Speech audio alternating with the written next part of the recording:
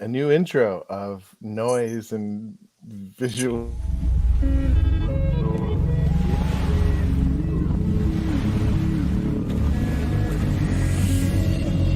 Full mind. Discuss other people. Gossip. Good minds discuss events. Great minds discuss ideas.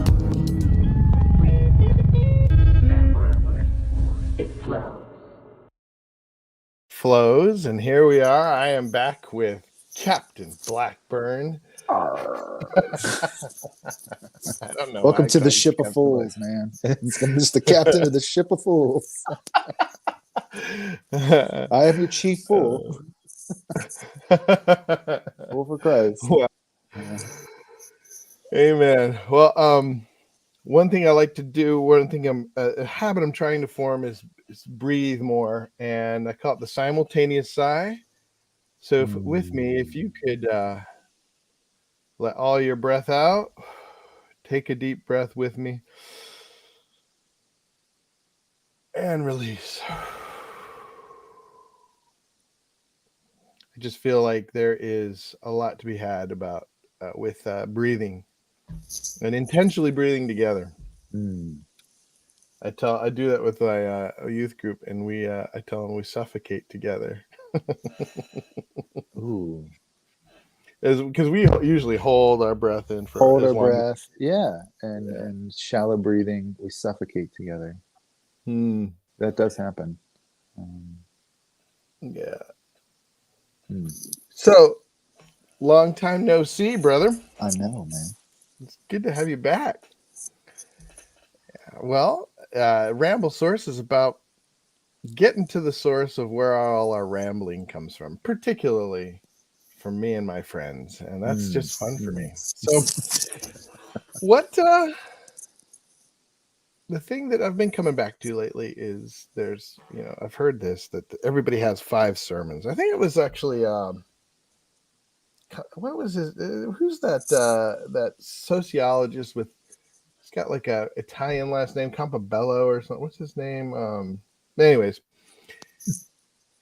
someone once said that we all have about 5 sermons that we come back to, philosophies, sermons, stuff that you try to come back to, something that that we talk about more often than not. And as we're getting on in our years, I think those 5 tend to come out and loom. And I'm just curious, what are others? What are your sermons? So, if there are 5, or is there one that comes to mind for you, especially as a counselor? Because you're the last person I had on was one of my partners in the BAM program, also a counselor. So I got a lot of counselor friends. So I'm a counselor. A lot of counselor friends. So as a counselor, is there something that you come back to?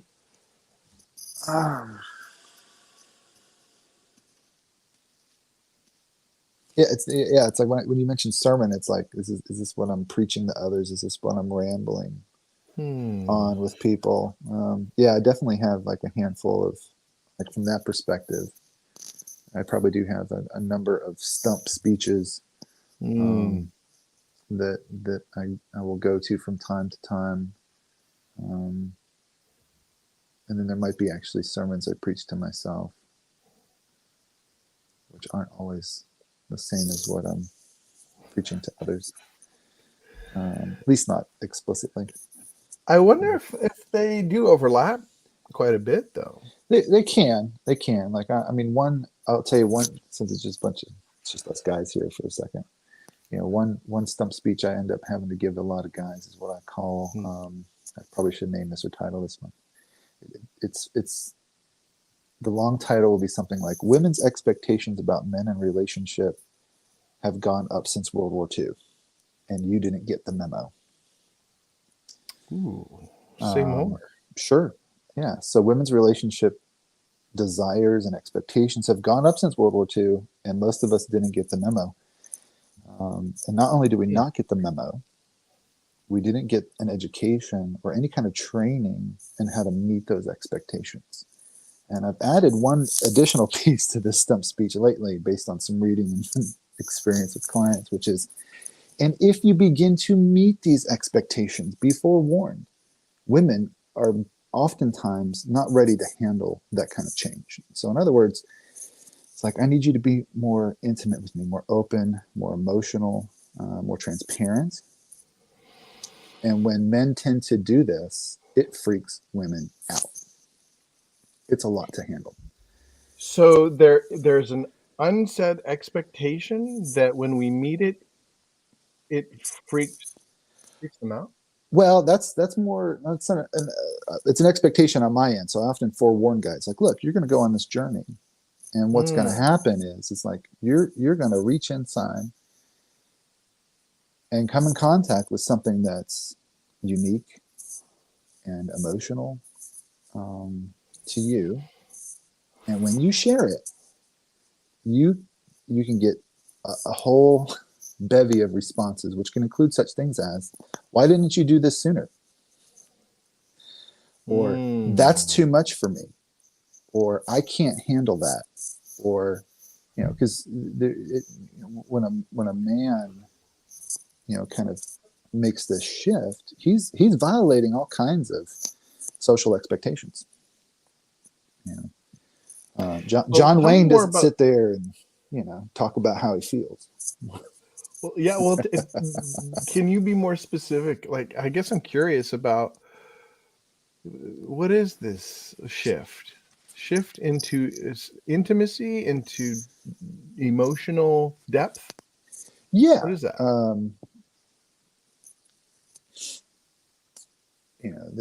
So let's start off with kind of like a brazen, kind of broad brush notion of, let's say, maybe a man code.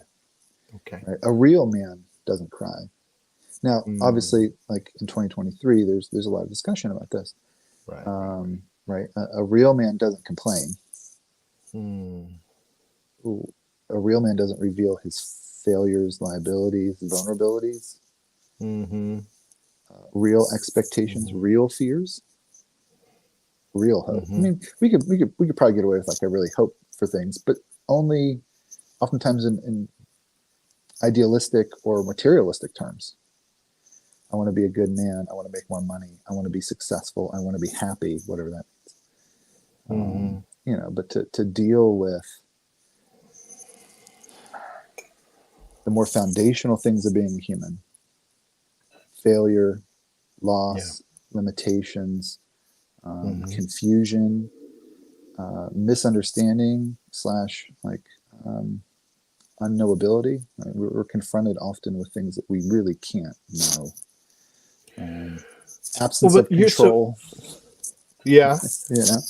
Well, what Um, so in you mentioned 2023. I mean, I think that we're sort of at a weird crossroads now with the mhm. there is a real so what comes to mind when you say that is I see these TikTok or I don't have TikTok but like Instagram, all these like shorts, these short videos of like Sure. men talking about being vulnerable about the idea that men can't show failure and deep emotion because the people that they're responsible for um, one don't care or two uh, need to see success and strength. Now, of course, as a Christian and counselor, I have serious problems with that.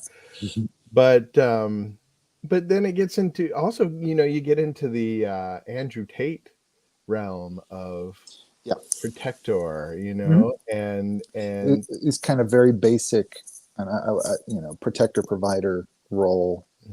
Um, Again, this is hmm the problem of reductionism, as if you can take a person and put them into two roles, and then mm. boundary it so tightly that it's like handcuffs. Um, But if I'm taking the Andrew Tate side, I wouldn't.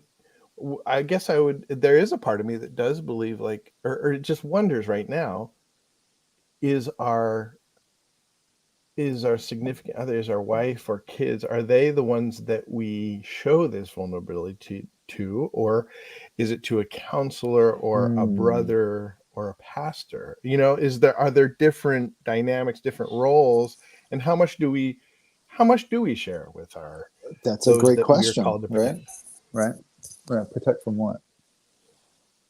Even in that Mm, provider protector role, it's like, well, chiefly, let's be honest about men. Men are pretty dangerous, and honestly, like chief responsibility would be protect other people from you. mm, Um, but that's mm, often what men fail to do by being honestly vulnerable, right? So I work with a lot of guys that when they run into shame and guilt, they respond with anger and aggression. mm. You know, um, and end up actually doing the very thing that they say they don't want to do. Or that they're, yeah, that they become what they're trying to protect Right. others So from. it really Yeah, starts at home, and I should say. you're catching on to something I think is important, which is spreading out who we are as a person, how Hmm, we receive support, how we hmm, receive challenge. It's like, yeah, you don't really need to sit down with your 7-year-old and talk about your failures as a father. That hmm. probably would not be helpful to the Healthy. 7-year-old. Right. Wouldn't be helpful for an individual, probably. So Hmm, yeah, talking to a brother, even talking to your spouse or a pastor or a counselor or whoever, um, but being able to name it, right, to feel it, to explore it, to acknowledge that it exists without resisting it, and to free up some space so we're not doing this whole, when we encounter something painful, we respond or react very poorly. hmm. So yeah. Um, yeah, women's That expectations have gone up. that I think was that's interesting the way you put it. Women's expectations have gone up. So that's differently put. Where does there's a flavor to that I haven't heard. What women's expectations have gone up since the war? Where does that come from? What Sure. say more about that? Sure. I mean, and I think The expectation part. it starts earlier, but since World War II, that's a pretty important, I think, high watermark line in our culture. Because you Yeah. have all these women that go into the workplace, um, and the war ends, all these guys come home, and you start this generation of um, heightened focus on family life, but you also get like a huge surge in publishing about relationships, about children. So this is kind of like the start of something. And the reason why I say women's expectations is it's not really been men are catching up to the expectations of women. Men are responding to the complaints of women now. Yeah. Um, and what I often tell guys is like, look, expectations have gone up since World War II. Not sure if you caught on to this. Like even though media during that time still has kind of more rigid, you know, maybe a vision or of the of the interactions between men and women, right? In reality, like that's not how what people are looking for. They actually Mm, are looking for something a little bit more human. Um, yeah. Rather than very, if I use literary terms like a dynamic character versus a flat character. If I'm just the the stoic provider protector, and my job is just simply to keep all the bad people away and put food on, bring the bacon home, and not Mm, talk about my problems and smoke my pipe and read my newspaper. That's a pretty flat character. Right? mm-hmm. So what you end up with is women looking at this. Well, let's make it personal. Like Jim Cleaver's over here. Wondering like what's going on underneath the hood, because she realizes in a Mm, psychologized age that there's more to this man than he's letting on. right. Right. And when things get stressful or he gets aggressive or turns away or spends a lot of time in the garage, she's wondering what's going on. So check this out. So not only do you have these changes in cultural expectations among women about how they think relationships ought to be, but then what I often have to tell guys is like, look, if your spouse has sat in a room with a trained listener, aka a therapist, their expectations about how you're going to show up in a relationship just got even higher. Yeah. Right? If you're trying to fix it all the time, if you fail to validate, if you fail to communicate some kind of mutual understanding, it's going to cause problems. It's going to lead to disappointment, resentment, blah, blah, blah, blah, blah. Right? Yeah, well, this actually overlaps with one of my 5 sermons, and that is that I think we've talked about it. I mean, of course we have. We've talked so much. I'm sure both of our sermons have come out, but Right. but vulnerability being, vulnerable being the Latin for wound, being able to show our woundedness is the best way to connect with other people. We've talked about, I think, like complaining kind of is a surface level of doing that. And but it is interesting when it gets into spouses and significant others. Well, I mean, I think spouses in particular, because there is a deeper expectation there since it's forever. There's a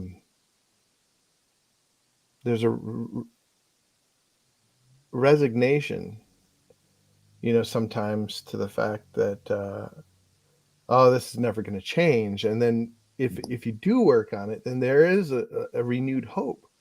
I feel for me there would be a renewed hope for my spouse, and so I assume the same would be true in the reverse, vice, in the reverse. And but it is interesting though that it's rarely the case. I feel like if I talk to somebody else, it doesn't mean that it's going to make me more open about my woundedness, right? Because in a way, like when you talk to somebody else, especially if you're talking to like a brother or a pastor or something, about when I'm talking about my woundedness, it's like I'm working on it there. And so it's the compartmentalization. It could. I mean, I think if that's, from the vantage point of like I'm working on it with this person as opposed to, yeah, like it could be compartmentalized. Like I've worked on it now, I don't need to talk about it with anybody. As opposed to like this woundedness is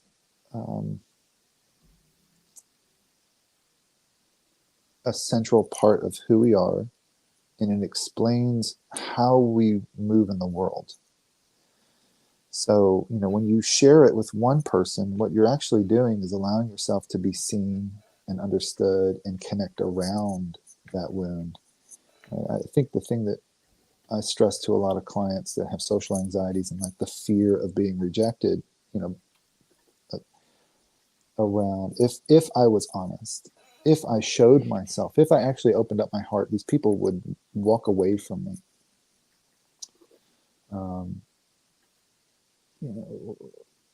Using, or not using, but like participating in with other people around this stuff, like a counselor or a pastor or a brother.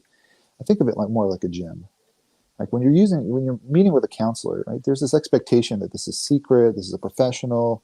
There's an explicit understanding that I'm not going to be judged, albeit like we're talking about humans here, so sometimes that happens. Right. So these are really light weights. It's like, oh, I can't be vulnerable with this person. It's like, well, you're being vulnerable with me now. Why can't you be vulnerable with this other person? Well, and it's like, yeah, man, I'm just a dude. I'm a lightweight. You're picking up the lightweight. You're feeling the fear of sharing this with me, and you did it anyways, right? Oh, good job, man. Right. You just did. Even though it's rep. a lightweight, it's still picking up a weight, right? It's like it's still exercising a muscle. It's still practicing, right? It's still, because most people don't come like they're nervous when they come in, right? And then you get to know somebody, and they're like, okay, I'm going to take a chance, and let's talk about something that's deeply personal, right? And then you step it up to somebody that it's a little bit closer to you. The risk is higher, if I really am vulnerable, if I'm honest, if I'm intimate, if I show myself, whatever words I'm going to use here, there's always this fear that I could be judged, I can be rejected, I could be misunderstood. Mm. Right? This Hmm. is the risk that happens, right? But the reward is I am seen, I am understood, I am accepted, I'm loved, possibly I'm cared for. Um, Hmm. and now the relationship changes because we're living in a newer mutual understanding of one another. And it, but it's complex because it's not just like it's increased hope, but it's also a deeper fear because people are getting real. Yeah. Well, Um, and that's the difficulty with marriage, in my experience, is that it's like we're running a business here, like we got things to do, there's also that component. and Absolutely, it's like we got it's stuff like to do. once we got stuff to do, and it really hinges on us being able to carry out our roles. And if we are spending time, working out muddy things or deep things, there is an aspect of it. It's like, let's just keep it business and let's get this business done, Yeah, and that that's works that's until that's the bus. scary and bad. Yeah. Yeah, it works until the bus breaks down. It Right. works until things get stressful, and then everyone's pointing Mm, fingers, and rather than understanding one another and loving one another. Like this is pretty typical. We get in the blame shame game. Everyone's pointing mhm, fingers at one another and saying you failed in your role. mm, Right? Like we don't. And mm, that's superficial. Like this role piece. It's like yeah, that's what I would mm, my duties. That's what we agreed. The tasks I was going to attend to. That was going to be the focus of my attention. Right? But we never really push past that to like, oh yeah, you're a person too, mm, with probably the same fears and hopes and longings and failures that I have. Right? So how are we going to mm, love one another and encounter one another now? Um, but you can get, circling around that shame blame game, mhm. that ultimately doesn't change anything. It just leaves everybody feeling really bad. Um, so Well, but yeah, but it goes, and it gets you into got to the. build the relational bus while you drive it, right? And you're building the relationship Mm, bus while you're dropping off kids and picking them up and going to the grocery store. mhm. Like there's no time out to do Right, this stuff. um, right. you got to build it while you drive it. Yeah, and that can be hard. I mean, It is hard. particularly, when the kids start getting a certain age. Like, I think I would suggest to couples, get this stuff worked out early, because once Well, the kids get to a certain yeah. age, they become participants, right? Like they have their own. Yes, they do. They're in it, right? They're on the Mhm, bus with you, and they're learning about bus building, bus driving. Who's the bus driver? Who's doing yeah. what, when, where, how, why. And to make it even more complicated, you know, yes, I think it is a great idea to get started early and set a firm foundation. Plus, we have this challenge of, I'm not the same person I was 20 years ago, and neither is my wife. Mhm, We've mm, got shared history, we've got individual history that's developed over time. And so, you mm, have to continue to build and maintain the bus while you drive it until you die. And not to create, an extra burden or a sense of urgency, because sometimes, people are able to pull some things off and it's great and wonderful and they stay married forever and, yeah. have wonderful lives or appear to have wonderful lives from the perspective of an outsider. I think that's the Mm, other challenge. But yeah, I mean, I know for Latasha and I, it's been over the last 6 years, though COVID kind of threw things off. We mm, kind of got off our commitment to trying to we try to do something once a year that's like a marriage enrichment like activity, mm. um, just to kind of keep things fresh and That's good. maintaining a bit of a growth mindset, um, so we can continue to build the bus while we drive it. but It's an it's interesting analogy.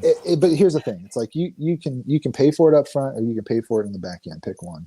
Yeah. That's my stance. Yeah. I don't want to pay for it on the back end. I'm not interested in whatever that might entail. So, a couple grand here, once a year, and 12, 16, 20 hours of our time, worth it. Yeah. Well, yeah. What do they say? It's painful and hard to do this, but it's also painful and hard not to, right? Like there's no pain like relationship pain. You talk about another sermon phrase. Like oh, there isn't. I mean, attachment, like this whole thing of between human beings, the space in between human beings is the most painful space there is. wow. That's true. I mean, the space inside of a human being can be extremely painful too, but I guarantee you it's always going to be connected and associated with space in between that person and others. It's all interpersonal. It's all relational. Yeah.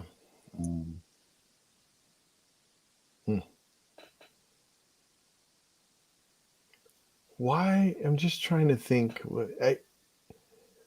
Do you think that this pain between people is? I mean, because the pleasure between people there's nothing like it. But do you think the pain? Oh, the pleasure is amazing.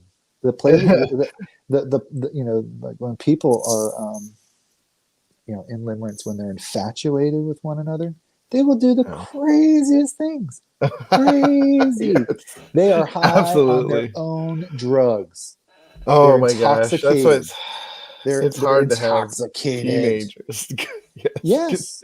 Teenagers, you don't. I mean, they're just discovering this intoxication, and Yeah. it This is far person looked worse. at me and I feel warm fuzzies, and I, I'm losing, vestibular control. But I actually yesterday I was with some friends. We have like these groups, and something came to mind. I was like, alcohol, drugs. These are all ways to get serotonin, or get. These are all ways to medicate our loneliness. Like it's all like shallow versions of real connection. Really, doing this, but even more in person, getting together Mm-hmm. with people and being Mm-hmm. real, connecting on a deep level, like you're talking about. Like that is really what That creates its own good makes us. drugs. Oh yeah. It just Oh does. yeah. Yeah. And I think it's because, I think that's what we're meant to do. I believe in heaven. A lot of it what makes heaven so euphoric, what makes the new age, the next age, so euphoric and happy and wonderful, is that we're going to be connected in a way that, like, we're not going to have this woundedness is not going to be, the shadow is not going to be getting in the way. No, it'll actually be a catalyst. What do you mean? What's that thought? The Well, shadow will be a catalyst? I don't disagree with you that yeah, like if we think about it from the perspective of like an embodied experience, like what would heaven be like? And if it is this deeply connected experience, part of having, and this is I think the part of like I don't know what a body would be like on the other side of that, but we have, I can assume that there might be some correlation between this body and another one. But any Jesus body, still had his scars. bingo, nailed it, right? You still have your scars. Hmm.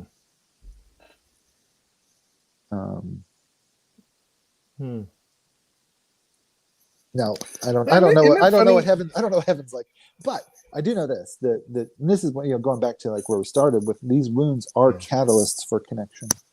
Yeah. If I- under certain preconditions. if you can hold that thought, and if we can meet again next week, I want to go deeper into that. Woundedness as catalyst for connection.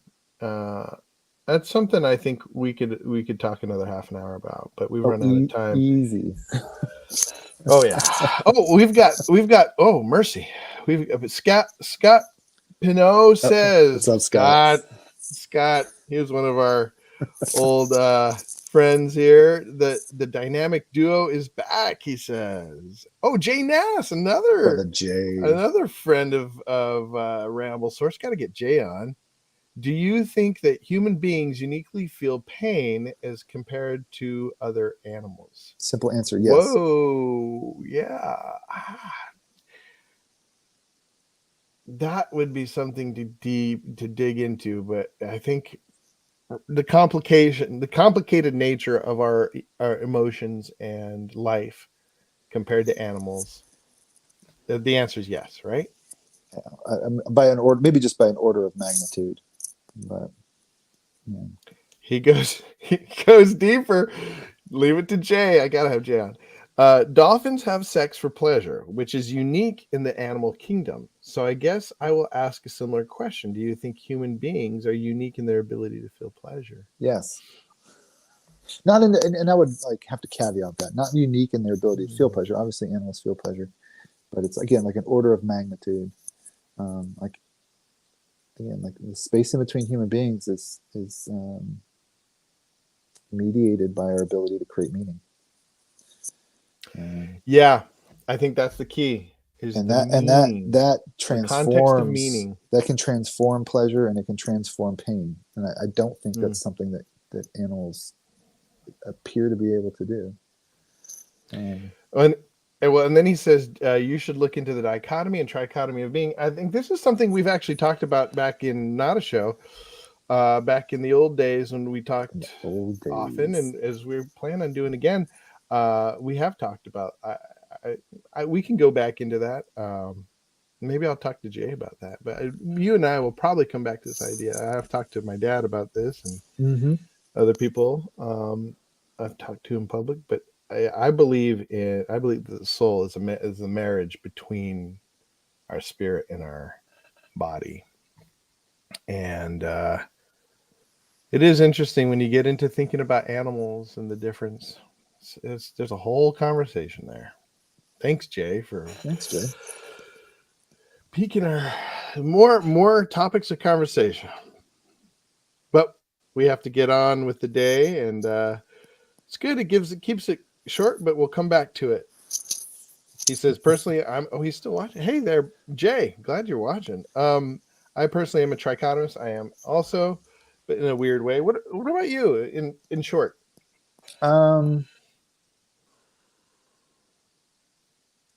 Yeah, I'd probably have to put myself in a third category, which would be like a holist. Holistic. It's like it's like different differentiated parts, but it's like where do you put the accent on the parts of the whole?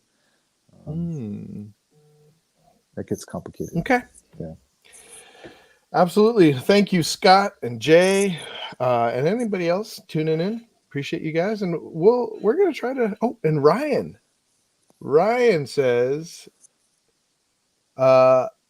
he breathed. Oh, he's quoting. He breathed the breath of life into them. More literally, he blew the life soul into them. Only humans are created in this way, according to the Torah, with the breath of God as our soul. Thanks, Ryan. Appreciate you tuning in as well. I think that's a good. That is an interesting an idea of breathing the soul into us. Well, we could get into it, but Down we the have rabbit to go. hole. Back to work. But thank you guys. Let's use these thoughts as catalysts. I'd like to have Ryan and Jay on later. And all right. Well, I will see you later, brother. And we'll play an outro, soothing outro as we leave.